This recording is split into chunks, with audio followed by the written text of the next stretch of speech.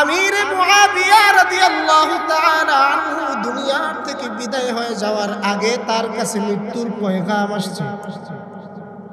আমির মুআবিয়া রাদিয়াল্লাহু তাআলা আনহু একদিন দেখতেছে দুনিয়ার সকল মানুষ, তার সময় যে সকল মানুষরা বসবাস করত তারা দেখতেছে আমির মুআবিয়ার মধ্যে একটাও সুন্নতের খেলাফ কখনো পাওয়া যায় নাই। সে আমির মুআবিয়া রাদিয়াল্লাহু তাআলা আনহু নখ চুল কাটার কথা শুক্রবারে, যেহেতু শুক্রবারে নখ চুল কাটা সুন্নাত, আমির মুআবিয়া রাদিয়াল্লাহু তাআলা আনহু সপ্তাহের মাঝখানে নখ চুল কাটতেছে। লোকজন জিজ্ঞাসা করলো, কি ব্যাপার? সপ্তাহের মাঝখানে তো আপনাকে কখনো নখ চুল কাটতে দেখি নাই, আপনি কেন সপ্তাহের মাঝখানে নখ চুল কাটতেছেন? আমির মুআবিয়া রাদিয়াল্লাহু তাআলা আনহু জবাব দেয়, আমার মাশউকে হাকিকির পক্ষ থেকে ডাক এসে গেছে। আমার মাশউকে হাকিকির ডাকে আমার সাড়া দেওয়া লাগবে। আমার মাশউকে হাকিকি আমার কাছে পয়গাম পাঠিয়ে দিছে। আমির মুআবিয়া রে, তোর আর দুনিয়ায় থাকার সময় নাই। আমি আল্লাহর পক্ষ থেকে ঘোষণা চলে আসছে, ইয়া আইয়াতুহান নাফসুল মুতমাইন্নাহ ইরজিই ইলা রাব্বিকি রাদিয়াতাম মারদিয়াহ ফাদখুলি ফি ইবাদি ওয়াদখুলি জান্নাতি। আমির মুআবিয়া বলতেছে, আমার মাশউকে হাকিকির ডাক চলে আসছে, দুনিয়ায় থাকার আর কোনো সময় নাই। আমি আল্লাহর সামনে দাঁড়াবো, আমার বন্ধুর সামনে আমি দাঁড়াবো। আমার নখ চুলগুলা নিয়ে যদি আমি দাঁড়াই, আমি আমির মুআবিয়ার শরম লাগবে। আমি আল্লাহর সামনে নখ চুল নিয়ে দাঁড়াবার পারবো না। এই আমির মুআবিয়া রাদিয়াল্লাহু তাআলা আনহু একদিন তাহাজ্জুদের সময় ঘুমাইতেছে, হঠাৎ করে কে জানি আমির মুআবিয়ারে ডাক দিয়া তাহাজ্জুদের নামাজের জন্য উঠায়। আমির মুআবিয়া রাদিয়াল্লাহু তাআলা আনহু আশ্চর্য হয়ে গেলেন, কি ব্যাপার? আমার ঘরের পাশে তো কোনো মেয়ে লোক অথবা কোনো পুরুষ নাই, আমাকে কে ডাক দিয়া তাহাজ্জুদের নামাজে জাগাইল?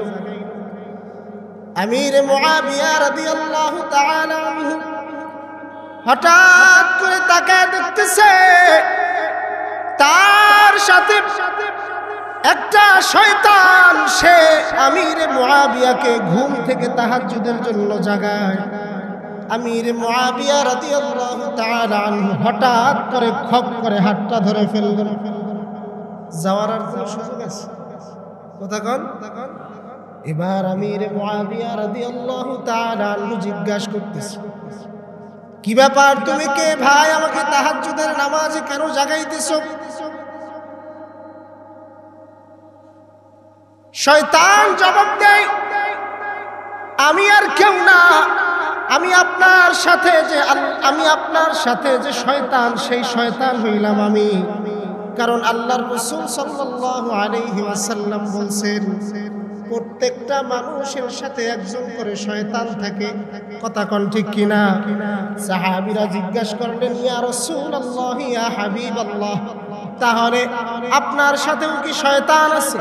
আপনি তো আল্লাহর পয়গম্বর। আল্লাহর রাসূল সাল্লাল্লাহু আলাইহি ওয়াসাল্লাম জবাব দেয়, আমার সাথে যেই শয়তান ছিল, আল্লাহ ওরে মুসলমান বানায় দিছে। এবার আমির মুআবিয়ার প্রশ্নের উত্তরে বলতেছে, আমি আপনার সাথে শয়তান। আমির মুআবিয়া বলতেছে, কি জন্য আমাকে তুমি তাহাজ্জুদের নামাজে জাগাইতেছো? এবার শয়তান জবাব দেয়, আগে আমার একটা প্রশ্ন আছে, আমার প্রশ্নের উত্তরটা আপনি দিবেন, তারপরে আপনার প্রশ্নের উত্তর আমি দেব। এবার শয়তান প্রশ্ন করে, একদিন যে আপনি তাহাজ্জুদের নামাজ কাজা হয়ে গেছে, তাহাজ্জুদের নামাজ পড়তে না পারিয়া আল্লাহর দরবারে যেই পরিমাণ কান্না করছিলেন, আপনি কান্না কেন করছিলেন? আমির মুআবিয়া রাদিয়াল্লাহু তাআলা আনহু জবাব দেয়, ও শয়তান তুই ভালো করিয়া জানিয়া রাখ, আমি আমির মুআবিয়া একটা দিন তাহাজ্জুদের নামাজ কাজা দেই না, একদিন আমার তাহাজ্জুদের নামাজ কাজা হয়ে গেছে। আমির মুআবিয়া যদি আজকের দুনিয়ার থেকে চলে যায়, আজকের যদি তাহাজ্জুদের নামাজ নিয়ে আমি আল্লাহর দরবারে না উঠতে পারি, আজকের যদি আমার জীবনের শেষ দিন হয়, আমি আমির মুআবিয়া আল্লাহর সামনে গিয়া দাঁড়াবো, আমার বড় লজ্জা লাগে। এবার শয়তান উত্তর দেয়, ও আমির মুআবিয়া, আপনি যে একদিন কান্না করছিলেন আল্লাহর দরবারে তাহাজ্জুদ নামাজ না পড়িয়া, আপনার ওই একদিন কান্না করার বদৌলতে আল্লাহ আপনাকে 100 বছর তাহাজ্জুদ পড়ার সওয়াব আমলনামায় দিয়ে দিছে। সুতরাং আপনারে আর তাহাজ্জুদের সময় বিছানায় রাখা লাভ কি? আপনারে উঠায় দেই, বরং আপনি তাহাজ্জুদ নামাজ পড়েন, এইটার মধ্যে আমার কল্যাণ আছে। কথা বুঝে আসছে?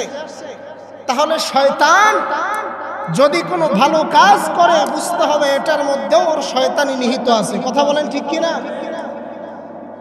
শয়তান মানুষের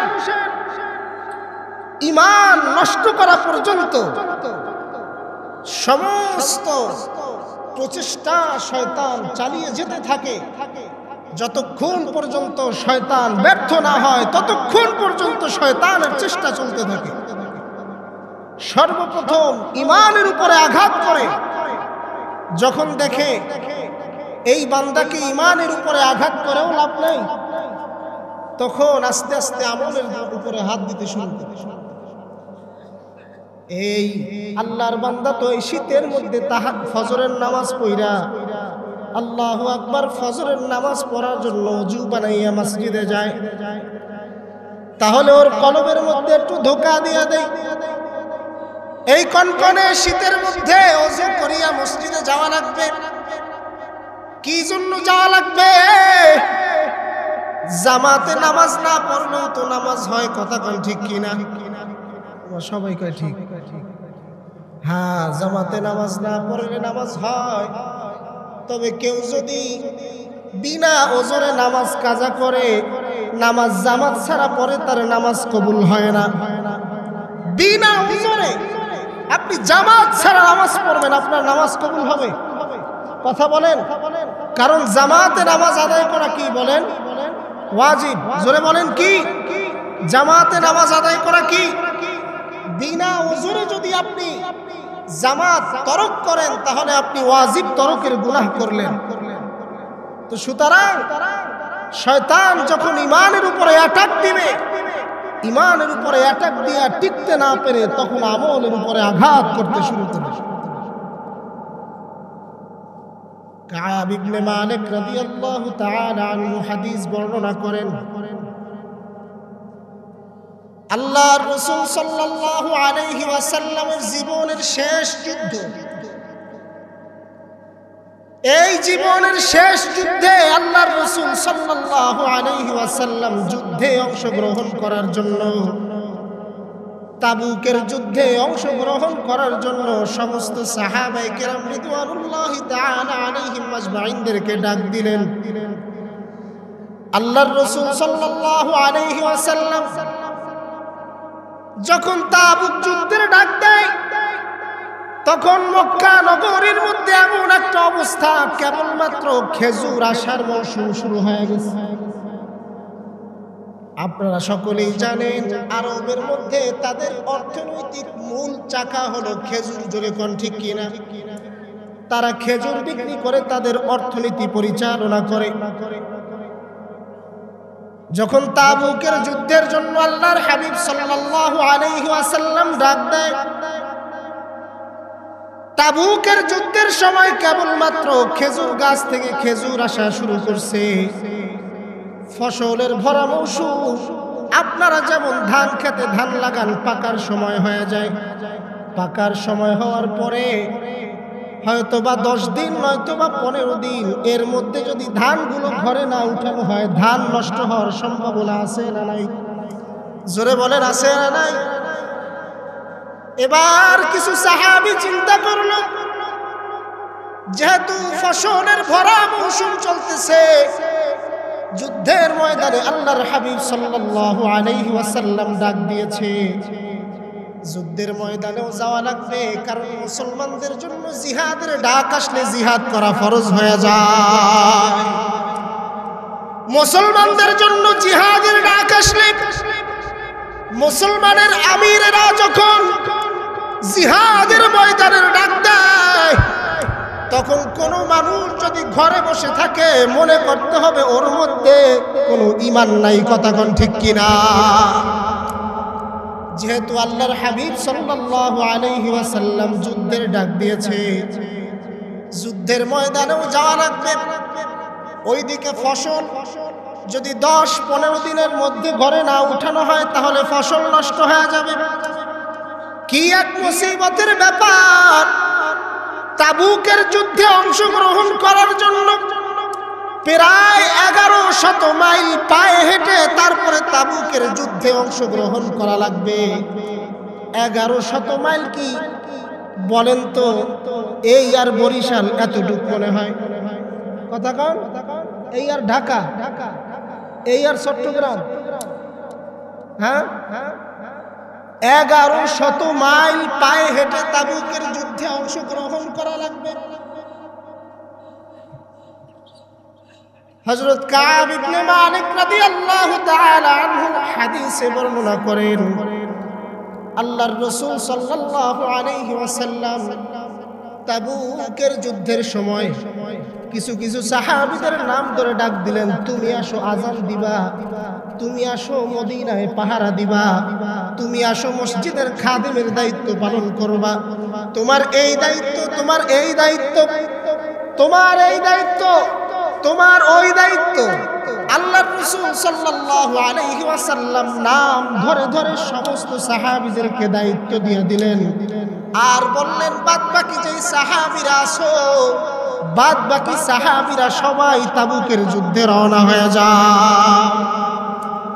এবার কাব ইবনে মালিক রাদিয়াল্লাহু তাআলা আনহু সহ 5 জন সাহাবী মনে মনে চিন্তা করলো,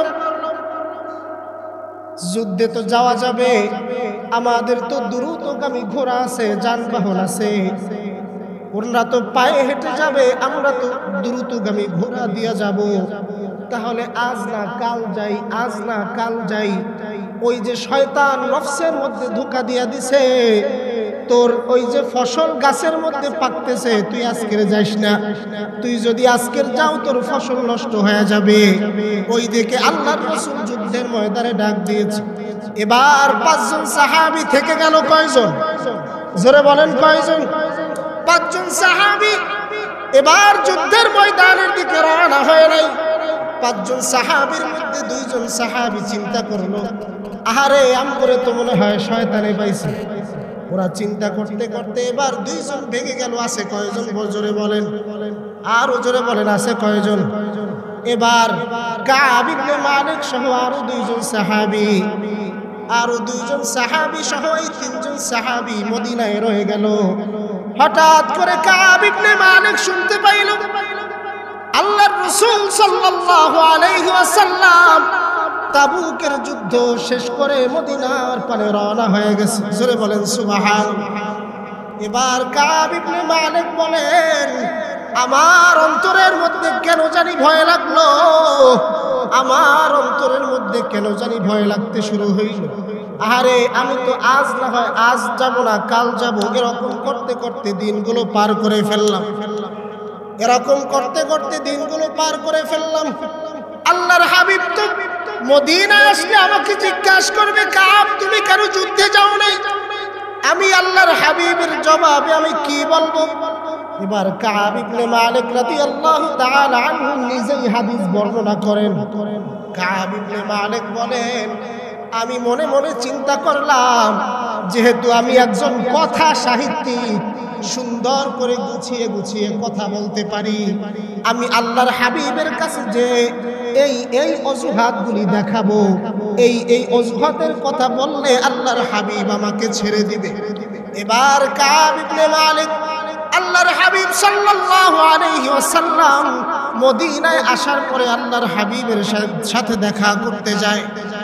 কাব ইবনে মালিক রাদিয়াল্লাহু তাআলা আনহু বর্ণনা করেন, আমি যখন আল্লাহর পয়গম্বরের সামনে দাঁড়াইলাম, আল্লাহর পয়গম্বর আমাকে জিজ্ঞাসা করতেছে, ও কাব রে,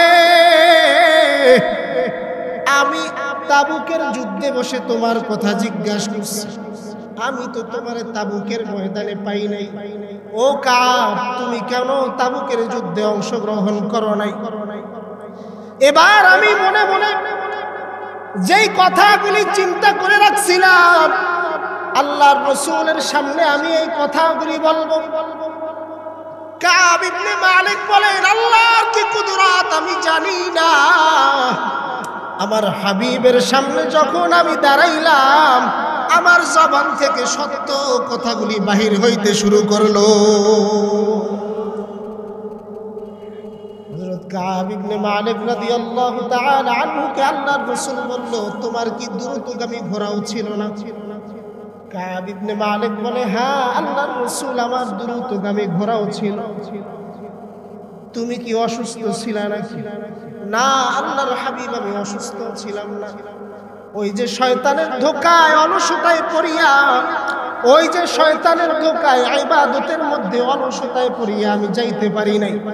এবার আল্লাহর রাসূল সাল্লাল্লাহু আলাইহি ওয়াসাল্লাম কাব ইবনে মালিক রাদিয়াল্লাহু তাআলা আনহুর এই কথা শোনার পরে মসজিদে নববীর মধ্যে ঘোষণা দিয়া দেয়, ও আমার সাহাবীরা, ও মদিনাবাসী, শুনে নাও, আজকের থেকে এই তিনজনকে বয়কট করে দেওয়া হলো। এদের সাথে কেউ কোনো কথাবার্তা বলবা না, কোনো লেনদেন করবা না, এদেরকে বয়কট করে রাখা হলো। হযরত কাব ইবনে মালিক হলেন বয়কটকারীর একজন, আরো দুইজন লোক ছিলেন, তারা হলো বৃদ্ধা। এই বৃদ্ধা দুইটা লোক যখন বয়কট করে দেওয়া হলো, এই বয়কটের খবরে তারা ঘরের মধ্যে বসে দরজা আটকায়া কান্নাকাটি করে। কাব ইবনে মালিক রাদিয়াল্লাহু তাআলা আনহু বর্ণনা করে, আহারে আমি এত বড় কপাল পোড়া, আমার কথা আল্লাহর হাবিব তাবুকের ময়দানে বসেও জিজ্ঞাসা করে, আমি তারপরও তাবুকের ময়দানে উপস্থিত হতে পারি নাই।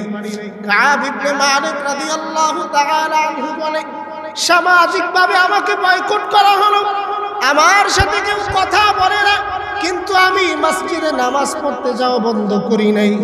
আমি কাব যুবক মানুষ, মসজিদে গিয়া নামাজ আদায় করি, কারণ আমি কাব ভাবতেছি আমি মসজিদে গিয়া নামাজ আদায় করব। আমি মসজিদে গেলে শুধু নামাজ আদায় হবে না, আমার হাবিবের নূরানি চেহারা মুবারক আমি দেখতে পারবো। কারণ সাহাবীরা তো আল্লাহর রাসূলের চেহারা দেখার জন্য পাগল। কথা বলেন ঠিক কিনা? আর জোরে বলেন ঠিক কিনা? হযরত আবু হুরায়রা রাদিয়াল্লাহু তাআলা আনহু হাদিসের মধ্যে বর্ণনা করেন, একদিন আমরা সবাই আল্লাহর হাবিব সাল্লাল্লাহু আলাইহি ওয়াসাল্লামকে খুঁজতেছি। কি ব্যাপার, আল্লাহর হাবিব কোথায় গেল? মসজিদে নববীর মধ্যে তালাশ করি, পাই না। আম্মা জানদের ঘরের মধ্যেও তালাশ করি, কোথাও আল্লাহর হাবিবের দেখা পাই না। হঠাৎ করে একটা খেজুরের বাগানের সামনে দিয়ে গেলাম। আমি আবু হুরায়রা মনে মনে বুঝতে পাইলাম আমার হাবিব এই খেজুরের বাগানের মধ্যে আছে। এবার আবু হুরায়রা রাদিয়াল্লাহু তাআলা আনহু খেজুরের বাগানের মধ্যে প্রবেশ করলেন। আবু হুরায়রা বলে, আমি যত সামনের দিকে আগাই আমার হাবিবের শরীরের ঘ্রাণ আমার নাকের মধ্যে আসে। এবার আমি আবু হুরায়রা আল্লাহর রাসূলের সাক্ষাতের জন্য আর দেরি সহ্য করতে পারলাম না। খেজুর গাছের কাটার মধ্যে দিয়ে আমার হাঁটতে দেরি হবে, আমার হাবিবের সাথে দেখা করতে আমার সময় লাগবে। এই জন্য খেজুরের বাগানের মাঝখান দিয়া যেই পানির ড্রেন, ওই ড্রেনের মধ্যে দিয়ে আমি নাইবা আল্লাহর হাবিবের সামনে গিয়া হাজির হয়ে গেলাম। আবু হুরায়রা রাদিয়াল্লাহু তাআলা আনহু বলেন, আমি যখন আল্লাহর হাবিবের সামনে গিয়া দাঁড়াইলাম, আমাকে দেখে আল্লাহর হাবিব বলতেছে, কি জন্য আসছো আবু হুরায়রা? আমি বললাম, ইয়া রাসূলুল্লাহ, ইয়া হাবিবাল্লাহ, মদিনার প্রত্যেকটা মানুষ আপনাকে খুঁজতে খুঁজতে ক্লান্ত। ইয়া রাসূলুল্লাহ, আমরা খুঁজতে খুঁজতে আপনাকে দিশেহারা হয়ে গেছি। আপনাকে দুইটা নজর, একটা নজর দেখার জন্য আমরা পাগল পারা হয়ে গেছি। আল্লাহর রাসূল সাল্লাল্লাহু আলাইহি ওয়াসাল্লাম এই কথা শোনার পরে আবু হুরায়রাকে বললেন, আবু হুরায়রা রে, তোমার কথা শুনে আমি খুশি হইলাম। তোমাকে তো হাদিয়া দেওয়ার মতো আমার কিছু নাই, তবে একটা হাদিয়া দিলাম। আমার জন্য যারা বাহিরে অপেক্ষা করতেছে তাদেরকে গিয়া তুমি শোনা দাও, মান ক্বালা লা ইলাহা ইল্লাল্লাহ, মান ক্বালা লা ইলাহা ইল্লাল্লাহ ফাদখালাল জান্নাহ। চিৎকার করে পড়েন সুবহানাল্লাহ। এবার আবু হুরায়রা রাদিয়াল্লাহু তাআলা আনহু আল্লাহর রাসূলের পয়গাম পাওয়ার পরে জোরে একটা দৌড় দিলেন। জোরে বলেন সুবহানাল্লাহ। আবু হুরায়রা জোরে দৌড় দিছে। এবার দৌড় দিতে গিয়া সামনে পড়ছে ওমর। কে? জোরে বলেন, আরো জোরে বলেন, কে? নরম না গরম? এই কথা কয় না, নরম না গরম? যেই ওমরকে দেখলে 40 দিন পর্যন্ত ওই রাস্তা দিয়া শয়তান হাঁটতেও ভয় পায়। সুবহানাল্লাহ কয় না? এই ওমরের সামনে আবু হুরায়রা পড়ছে। কি ব্যাপার আবু হুরায়রা দৌড় দিলা কেন? আবু হুরায়রা বলতেছে, আমিরুল মুমিনিন, দৌড় দিলাম এই কারণে, আল্লাহর রাসূল পয়গাম পাঠাইছে। কি পয়গাম? মান ক্বালা লা ইলাহা ইল্লাল্লাহ ফাদখালাল জান্নাহ। এবার ওমর বলতেছে, তোমার কি মাথা খারাপ হয়েছে? যাও ওদিকে হাঁটো, এই পয়গাম মানুষের কাছে পাঠানো লাগবে না। এবার আবু হুরায়রা কি আর কথা শোনে? পয়গামটা কার? জোরে বলেন। আল্লাহর নবীর পয়গাম। তো ওমরের কথাই কি হবে? আবু হুরায়রা থাইমা যাবে? এই আবু হুরায়রা আবার ঘাটতারামি শুরু করছে। এইবার তো ওমর গরম হয়ে দিছে এক মাস। আবু হুরায়রার এমন থাপ্পড় মারছে, এক থাপ্পড়ে একদম পুরা মাটির উপরে শুয়ে বসছে। এবার শুয়ে শুয়ে কান্না করতেছে। আল্লাহর রাসূল সাল্লাল্লাহু আলাইহি ওয়াসাল্লামের কাছে আবু হুরায়রা গিয়ে বিচার দেয়, ইয়া রাসূলুল্লাহ, ইয়া হাবিবাল্লাহ, আমি আপনার দেওয়া পয়গামগুলি মানুষের কাছে পৌঁছে দেওয়ার জন্য রওনা হয়েছি। ওমর আমারে থাপ্পড় মাইরা শুয়ে ফেলাইছে।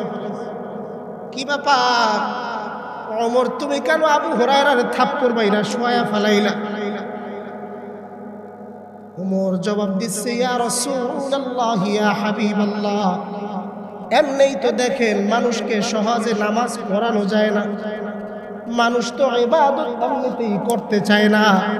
আরো যদি বলেন, মান ক্বালা লা ইলাহা ইল্লাল্লাহ, যে একবার পড়ছে লা ইলাহা ইল্লাল্লাহ ফাদখালাল জান্নাহ, যে ব্যক্তি একবার জবান থেকে পড়ছে লা ইলাহা ইল্লাল্লাহ, তার সরাসরি সে ব্যক্তি জান্নাতে ঢুকে যাবে।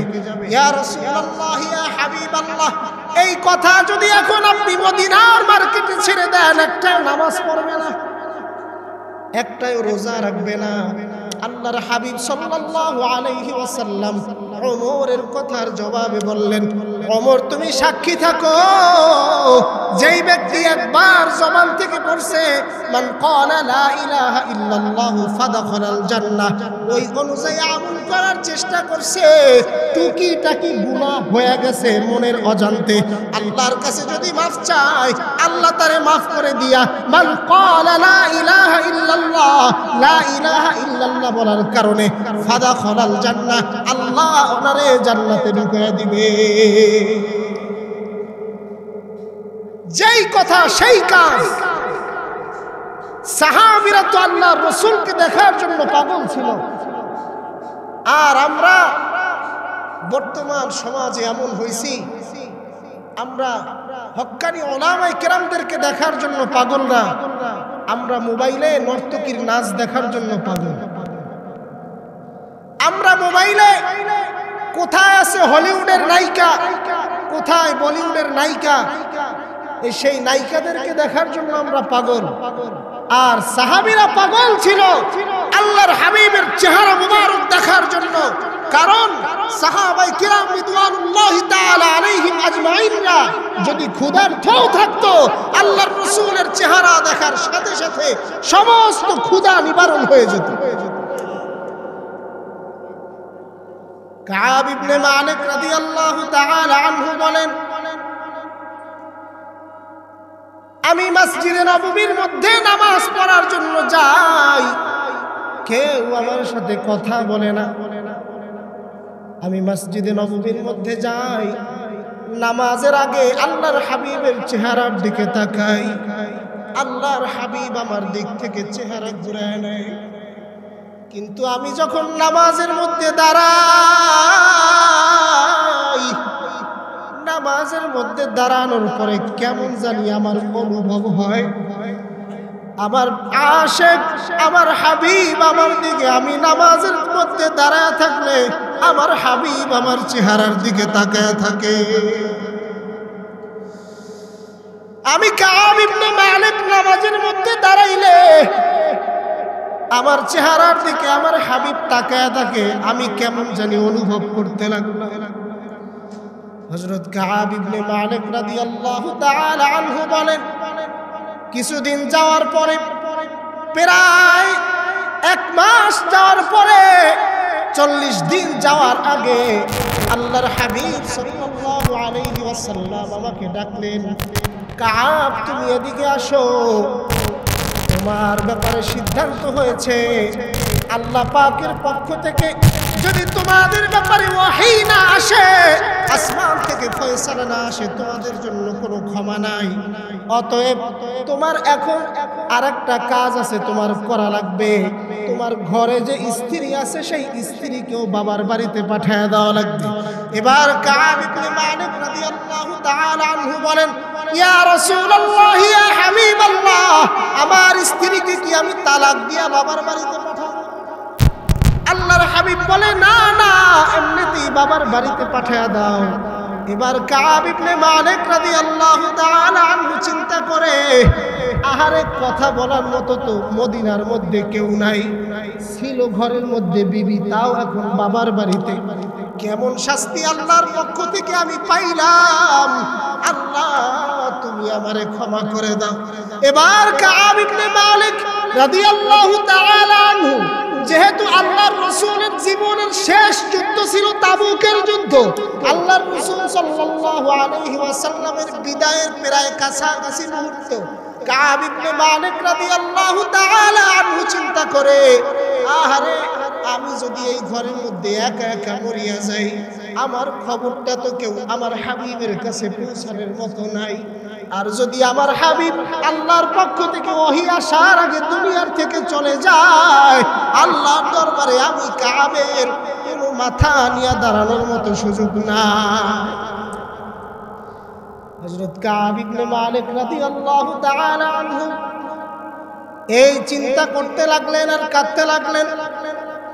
আল্লাহর পক্ষ থেকে ফয়সালা আসলো, যেহেতু তারা তাদের ভুলের জন্য আল্লাহর কাছে অনুতপ্ত হয়েছে, আল্লাহর পক্ষ থেকে ফয়সালা হলো যেই তিনজনার ব্যাপারে বয়কটের ডাক দেওয়া হয়েছিল, আল্লাহ তাদের তওবার কারণে আল্লাহ তাদেরকে ক্ষমা করে দিয়েছে।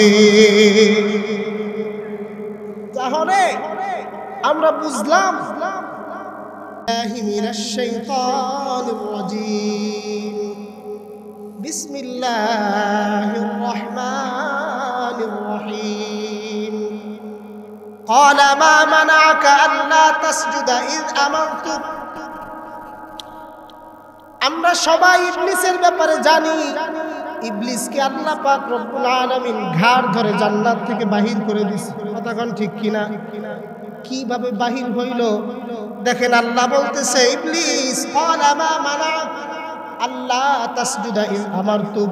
আমি আল্লাহ আদেশ করার পরেও তুই কেন আদমকে সিজদা দিলি না? এবার ইবলিস বলতেছে ক্বালা আনা খায়রুম মিন, কারণ আমি হলাম উত্তম। খলাকতাহু মিন নারি ওয়া খলাকতাহু মিন তিন। ইবলিস বলতেছে আমি হলাম আগুনের সৃষ্টি আর মানুষ হলো মাটির সৃষ্টি।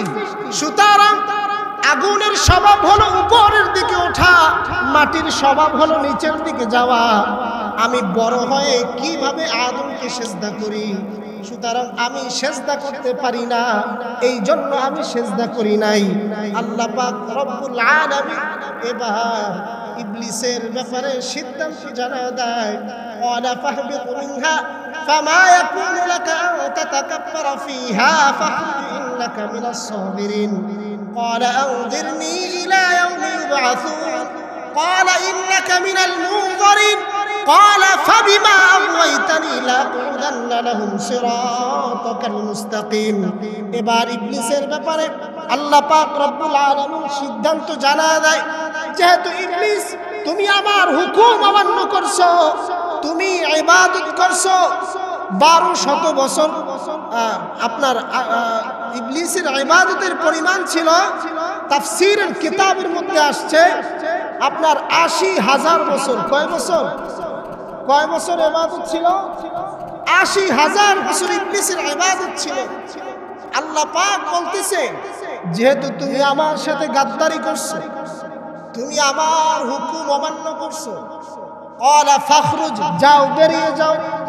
ফামা ইয়াকুনু লাকা আন তাতাকাব্বারা ফীহা ফাখরুজ ইন্নাকা মিনাস সাগিরিন। আল্লাহ পাক রব্বুল আলামিন ইবলিসকে তার কৃত কর্মের জন্য জান্নাত থেকে ঘাড় ধরে বাহির করে দেয়। এবার ইবলিস আল্লাহর কাছ থেকে অনুমতি নেয়, যেহেতু আল্লাহ তুমি আমাকে এইবারের মতো ঘাড় ধরে বাহির করে দিবা, আমার ব্যাপারে যেহেতু সিদ্ধান্ত নিয়ে আনিছো, আমাকে আর কোনোদিনও ক্ষমা করা হবে না। সুতরাং ওই বিদায় বেলায় আমি তোমার কাছ থেকে কিছু চেয়ে নিতে চাই। এবার ইবলিস বলে আল্লাহ আমাকে তুমি সুযোগ দিয়া দাও, আমি যাতে আদমের সার রবের ভিতরে ঢুকে ঢুকে ধোঁকা দিতে পারি। এবার আল্লাহ পাক রব্বুল আলামিন ইবলিসের বিদায় বেলায় ইবলিসকে সুযোগ করে দিল, যা তোকে সুযোগ করে দিলাম। এবার প্রশ্ন আসতে পারে ইবলিসকে কেন সুযোগ করে দেওয়া হলো? তাহলে আল্লাহ ইবলিসকে সুযোগ করে দিয়ে আমাদের সাথে মনে হয় জুলুম করছে। নাউজুবিল্লাহ। এরকম মানুষ দুনিয়ার মধ্যে আছে না নাই? জোরে বলেন, এই কথা বলেন, আছে না নাই? আল্লাহ জান্নাত বানাইছে ঠিক আছে, আবার জাহান্নাম বানাইছে। জাহান্নাম বানাইছে আবার ইবলিসকে আল্লাহ ধোঁকা দেওয়ার জন্য বানাইছে। শুনেন তাহলে আল্লাহ পাক রব্বুল আলামিন বলেন ওয়ালাকাদ কাররামনা বানি আদম।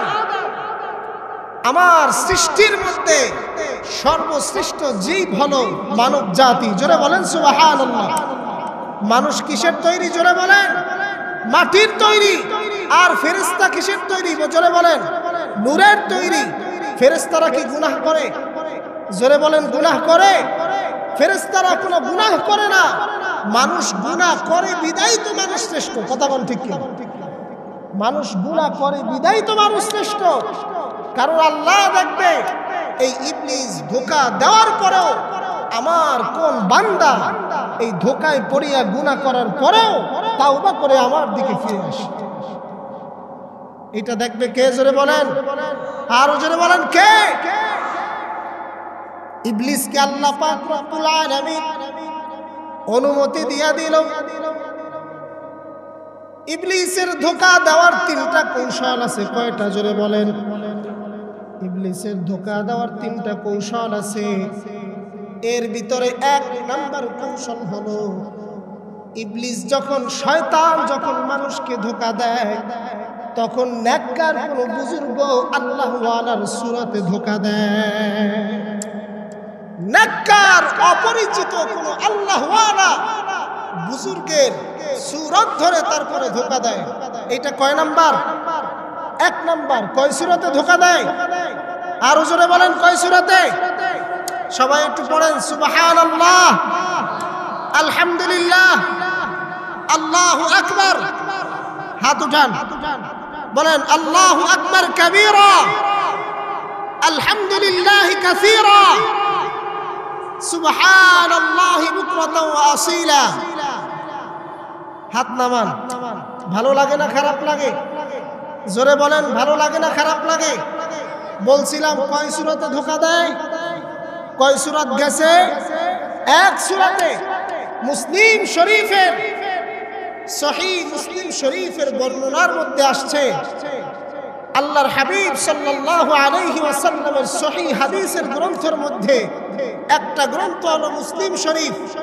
এই মুসলিম শরীফের ভূমিকার মধ্যে আসছে, যেহেতু তোমাকে মুরব্বি সেজে শয়তান ধোঁকা দিবে, সুতরাং তুমি যখন ইলম শিখবে তখন অপরিচিত কোনো মুরব্বির কাছ থেকে ইলম শিখো না, বরং তোমার পরিচিত কোনো বুজুর্গ ব্যক্তির কাছ থেকে ইলম শিখো। কথা কোন ঠিক কিনা?